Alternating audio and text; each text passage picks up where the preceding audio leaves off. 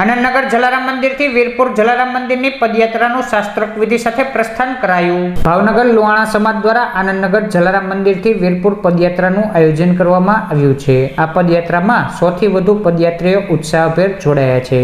આ પદયાત્રા વીરપુર જલારામ ધામ ખાતે સોમવારના રોજ પહોંચશે બાદ પદયાત્રીઓ દ્વારા ધ્વજારોહણ અને જલારામ બાપાનું પૂજન કરવામાં આવશે।